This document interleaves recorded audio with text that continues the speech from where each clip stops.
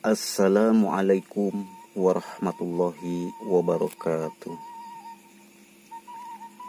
Alhamdulillah wilujeng patepang dangu deui sareng Abah dina pidangan dongeng Sunda anu nyandak jejer carios Jawara Pantura bagian ke-18. Kumaha daramang dulur-dulur Abah sadayana. Alhamdulillah upami daramang mah mudah-mudahan urang sadayana aya dina panangtayungan Allah Subhanahu wa ta'ala. Sateacana ieu dongeng dilajeng Abah nyuhunkeun pangrojong ti dulur-dulur Abah sadayana ku caranakeun subscribe, like, share sareng komen. Kangge lumangsungna karya-karya urang Sunda, insyaallah Abah sareng ngajomantara bakal terus marengan nyarengan para mitra setia di mana wae ayana. Atur nuhun kana pangrojongna. Mangga atuh para mitra sadayana ulah nyangkolong teuing kana waktos padaran dongeng urang teraskeun. Ku kituna mangga kasadayana wilujeng ngabandungan dugi ka rengsena.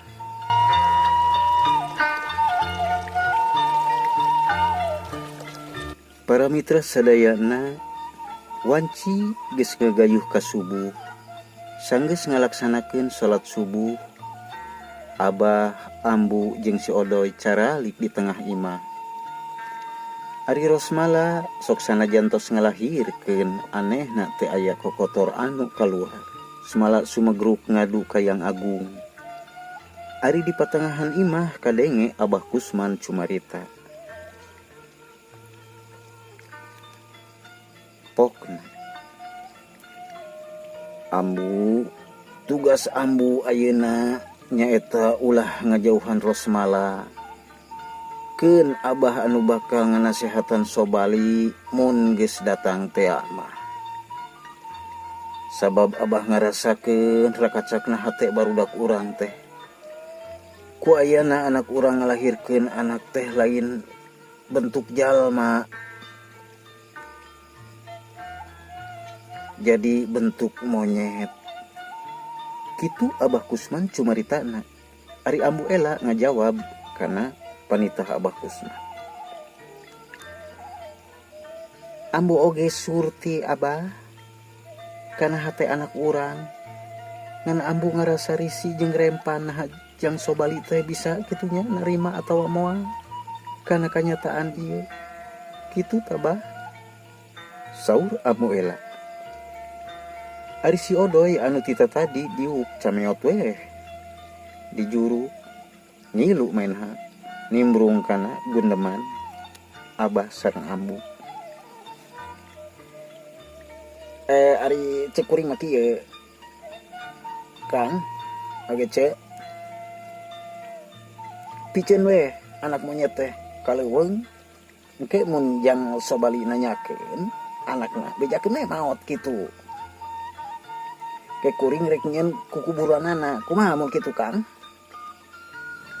Cek si Odoy mere pandanganana. Ngadengi kitu Abah Kusman lain satuju malah ngagebes ka si Odoy. Hus.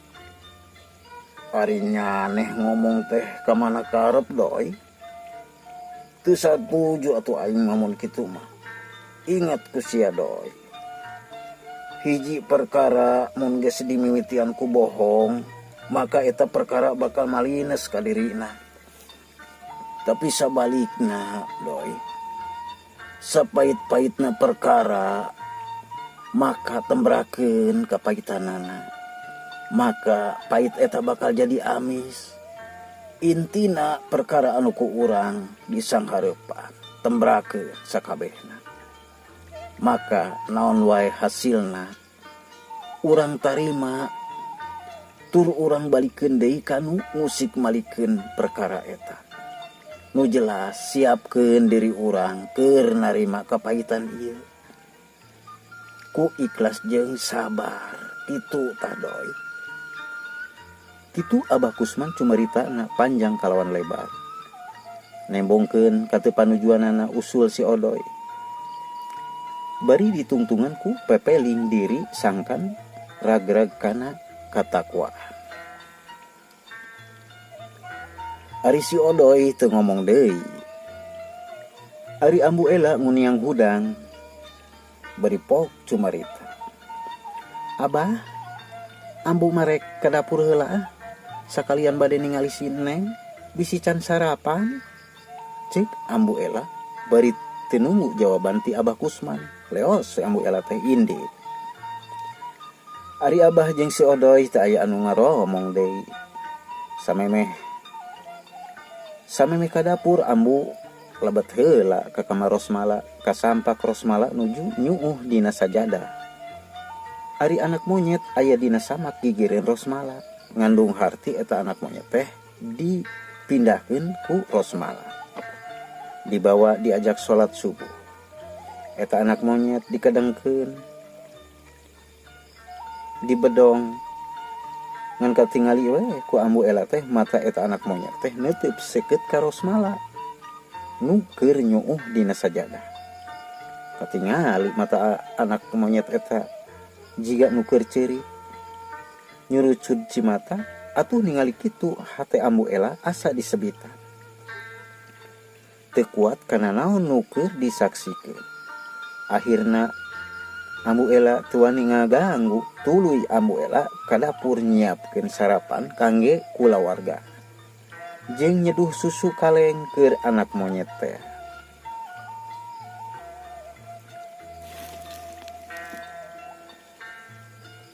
Para mitra sadayana kacaritakeun waktu ngagayuh ka beurang.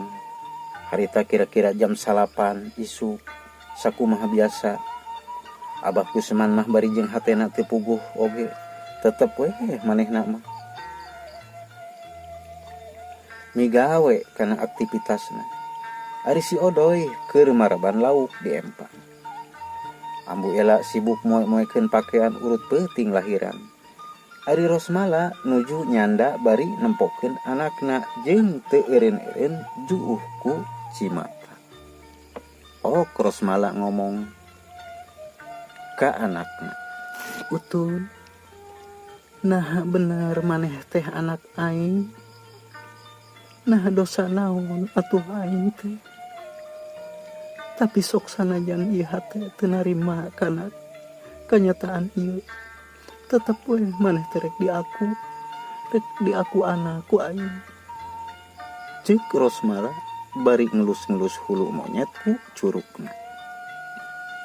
Ditanya kitu bari jeung dielus-elus monyet teh ngadon rundut rindat matana teh, sakapeung ngarindat ka Rosmala, sakapeung ngarindat ka jandela. Nempok kitu Rosmala nguniang hudang, tuluy Rosmala nutupkeun jandela. Ari eta anak monyet disimbutan deui. Ari anak monyet malah peureum bari gudag-gideg huluna. Tuluy ku Rosmala dibere susu tina botol. Nyergot we dikenyot ku eta anak monyet. Ngan sakali regotan seep sabotol. Rosmala ngahulang biasana mah sabotol teh sapeuting. Ari ieu ngan ukur saregotan. Keur kaayang bingung kitu jeung heran. Kadenge di luar aya suara mobil asup ka pakarangan. Bener weh di luar teh Juragan Sobali datang. Yut turun. Juragan Sobali turun tina mobil, tuluy gura-giru asup ka lebet bumi. Tapi samemeh asup ka kamarna torojol Abah Kusman norojol bari ngomong, geuning geus sumping jang. Atos Abah, kumaha Rosmala bah? Awewe apa lalaki budak teh bah? Kitu Juragan Sobali nareuteg tumanyana. Ari Abah Kusman ditereuteg ku pertanyaan kitu teh teu buru-buru ngajawab. Malah nahan Juragan Sobali ku nitah diuk heula. Ke heula jang. Ayeuna sok calik heula urang ngobrol jeung Abah. Sok calik. Ngadeng kitu Juragan Sobali kapaksa diuk. Sanggeus dariuk pok Abah Kusman cumarita. Kieu jang, Saencana hampura abah sakulawarga kajang Sobali. Narima teu narima da geuning kieu buktina naon nu bakal diputuskeun ku Jang Sobali, abah bakal narima. Cik Abah Kusman nyaritana bakal tumarima. Ari Juragan Sobali kerung halisna teu ngarti kana caritaan Abah Kusman. Abah, terus terang abdi teu ngartos naon anu ku abah disanggemkeun bieu. Saur Juragan Sobali. Pasti Jang Sobali moal ngarti ngan pesen abah mah sing sabar kana cocoba Jang. Tah leuwih jelasna mah jig sampeurkeun pamajikan anjeun. Ngadenge parentah kitu, jung Juragan Sobali nangtung tuluy nyampeurkeun ka kamarna. Sup Juragan Sobali asup ka sampak Rosmala keur nyanda. Juragan Sobali ngadeuketan tuluy ngarangkul ka Rosmala. Celengok tarang Rosmala teh dicium bari pok nyarita. Hampura Akang Ros, teu ngabaturan Ros lahiran. Awewe apa lalaki Ros, anak urang teh? Cik Juragan Sobali nanya ka Rosmala. Rosmala ditanya kitu teh malah nyegeruk ceurik. Ari Juragan Sobali bingung.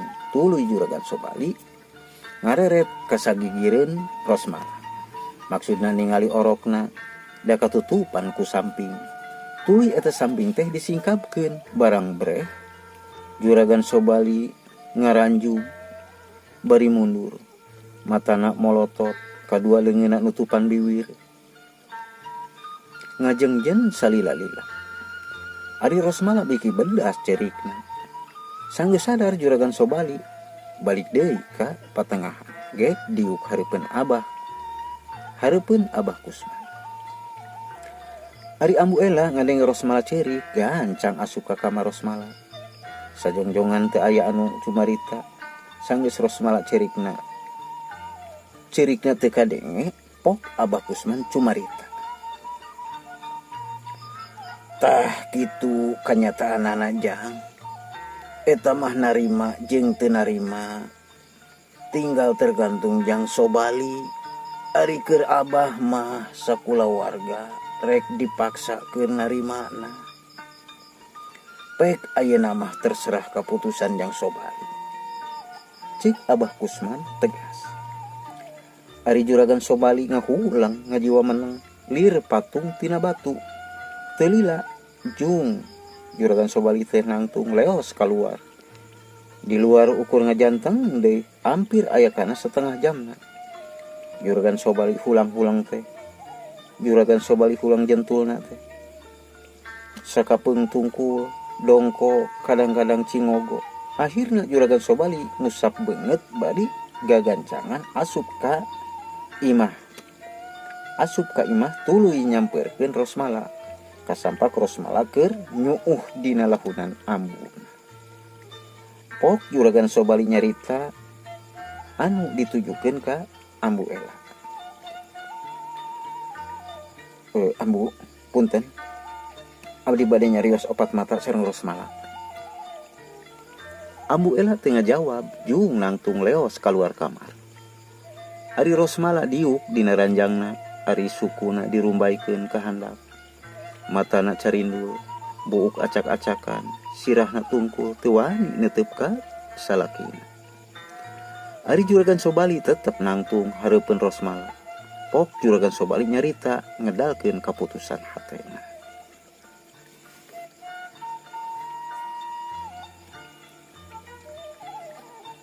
Rosmala, hampura kuring, lain kuring tega, lain kuring teu tanggung jawab.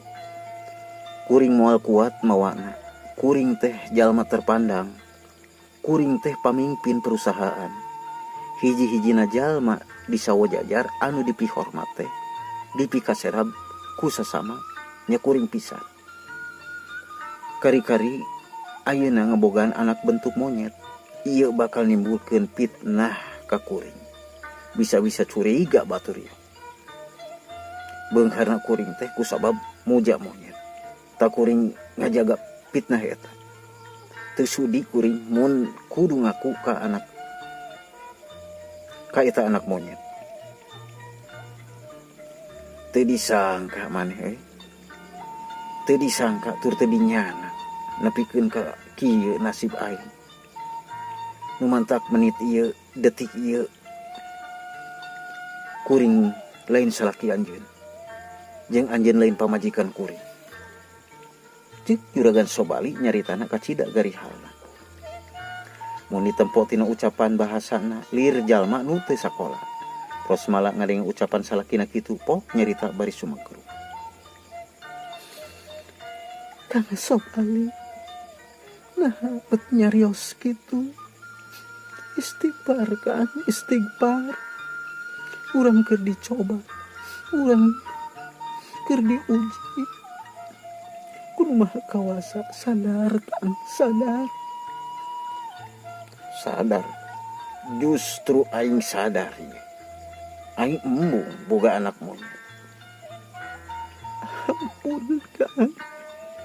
Ampun Gusti. Hampura Kang Sobali. Tong ninggalkeun eros Kang. Kaji tengah kumah ka anak urang ieu, tapi ulah ninggalkeun Kang. Ulah ninggalkeun.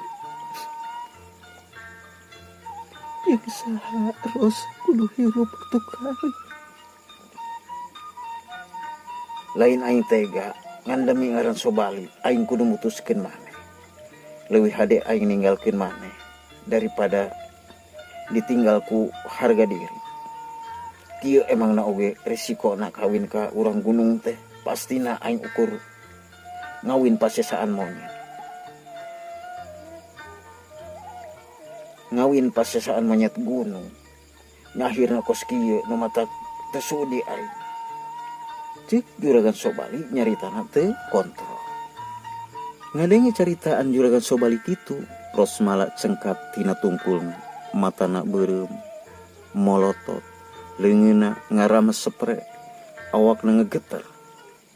Lalaunan hudang, lengkahna kaku, nuju ka juragan Sobali.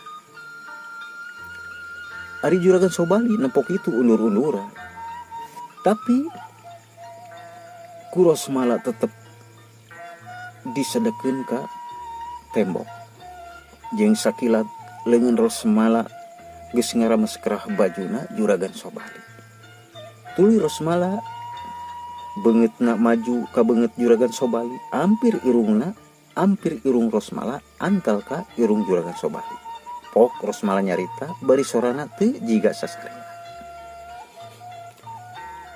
Juragan Sobali nu dipihormat keluargana denge anjeun juragan Sobali jalma beunghar aing Rosmala anak Abah Kusman jalma sansara. Juragan mun sia tengahku anak sok teuing aing ridho da bentukna monyet. Mun sia ninggalkeun Rosmala anak Abah Kusman jalma sangsara aing ridho. Tapi mun sia geus ngahina ka diri aing nu disaruakeun jeung sato, bahkan geus mitnah aing hubungan jeung sato, eta aing teu narima. Maka aing teu ridho, aing teu ikhlas dunia akhirat. Rasakeun Gusti juragan Sobali. Kitu ucapan Rosmala bari ngangkat juragan Sobali. Anu nyarande kana tembok sanggeus luhur tuluy dilepaskeun atuh juragan Sobali teh ngagubrag Juragan Sobali ragrag nangkara. Ngadengi Rosmala ngagorowok Abah Kusman si Odoy katut ambu ela arasup ka kamar kasampak Juragan Sobali ke nangkara. Ari Rosmala ngabadega ningali kitu Abah Kusman surti. Tuluy Rosmala dirajah diusap raraina dadak tumadak dadak sakala Rosmala awakna leuleus ampir ngajengkang untung Abah Kusman rikat awak Rosmala di sangga tuluy dikedengkeun. Ari Juragan Sobali dihudangkeun ku si Odoy tuluy dibawa ka tengah imah. Gek dari ukde pok Abah Kusman nyarita. Hampura Jang Sobali jadi kumaha ayeuna keputusan anjeun? Cek Abah Kusman tumah. Ari Juragan Sobali ngahulang. Tapi teu lila pok nyarita. Abah oge ambu. Hampura abdi. Nempo kana kenyataan kieu. Abdi moal kuat. Jadi dina detik ieu abdi bade undur diri ti keluarga Abah. Jelasna abdi nyerenkeun Rosmala ka Abah. Getihna satetes, buukna salambar. Abdi teu ngagaduh-gaduh. Sadayana disanggakeun ka Abah. Kitu jawaban Juragan Sobali. Ari gantawang teh si Odoy nyarita bangun sewot. Atumun kitu masih lain teh, lain lalaki euy. Rek ninggalkeun sangeunahna. Yeuh, Rosmala teh keur tunggara ayeuna teh. Kari-kari si lain ninggalkeun. Tega mun kitu mah. Yeuh, Sobali, lamun aing jadi las pamajikanana. Dicekek sia ku aing. Cek si Odoy bari muncereng ka Juragan Sobali. Ari Abah Kusman ngahulat. Geus doy, geus. Urang kudu tu marima kana keputusan manehanana doy. Sing sabar doy. Saur Abah Kusman ngahulag kana caritaan si Odoy. Sebal tuh aing mah. Sebel aing mah Kang. Kalalaki model kitu teh. Tiga blok otak nu kieu mah. Hayang ngeunahna wungkul. Enggeus doy, enggeus. Dewek ngarti. Cicing si lain doy, dewek rek ngomong. Jek si Odoy jempe teu ngomong deui. Ari Abah Kusman ngamimitian ngomong deui.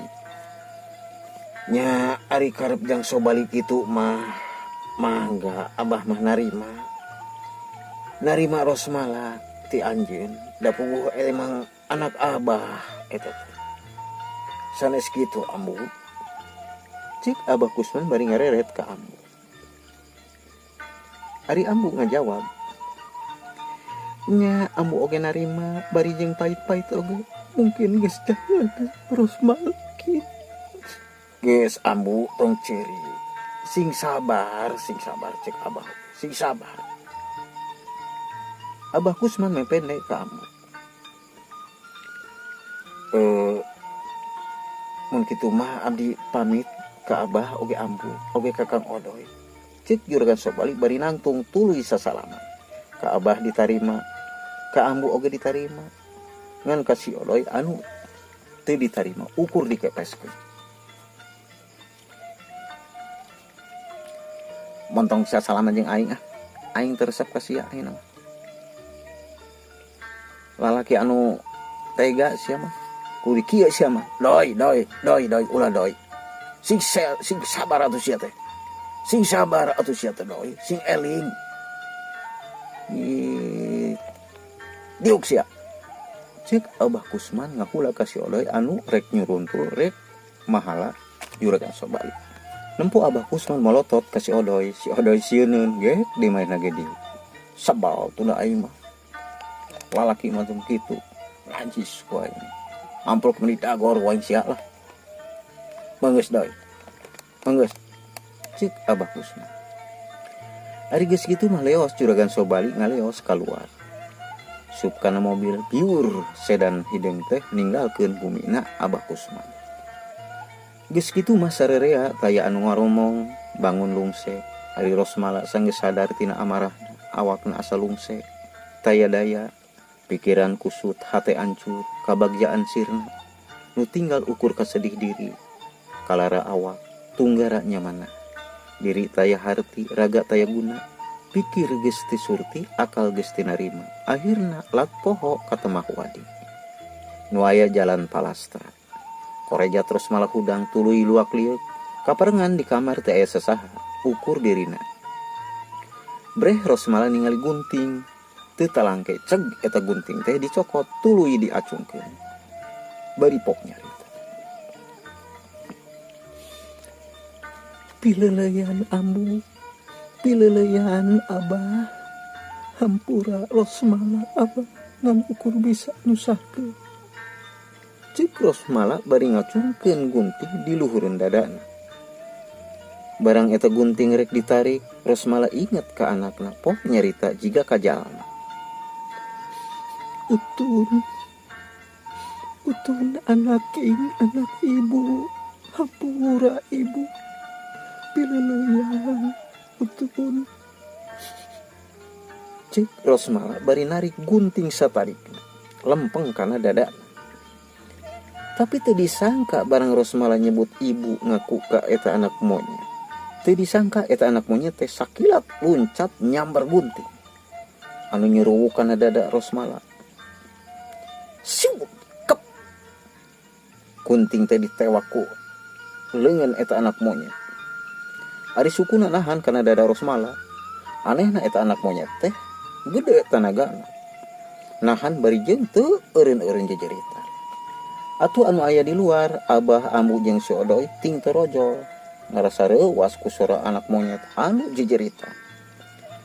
Barang Abah Kusman ningali ku nu sabenerna, gebeg Abah Kusman teh ngegebeg kana tingkah anakna. Sakilat jeung refleks leungeun Rosmala anu keur nyekel gunting teh dikepret satakerna. Cepret. Celeng, celeng. Gunting jeung anak monyet meceleng jauh pisan. Ari Rosmala ngajengkang ka tukang, untungna kana kasur. Geus kitu mah haok abah teh nyentak tuluy nyarekan ka Rosmala. Waktosna parmitra sadayana.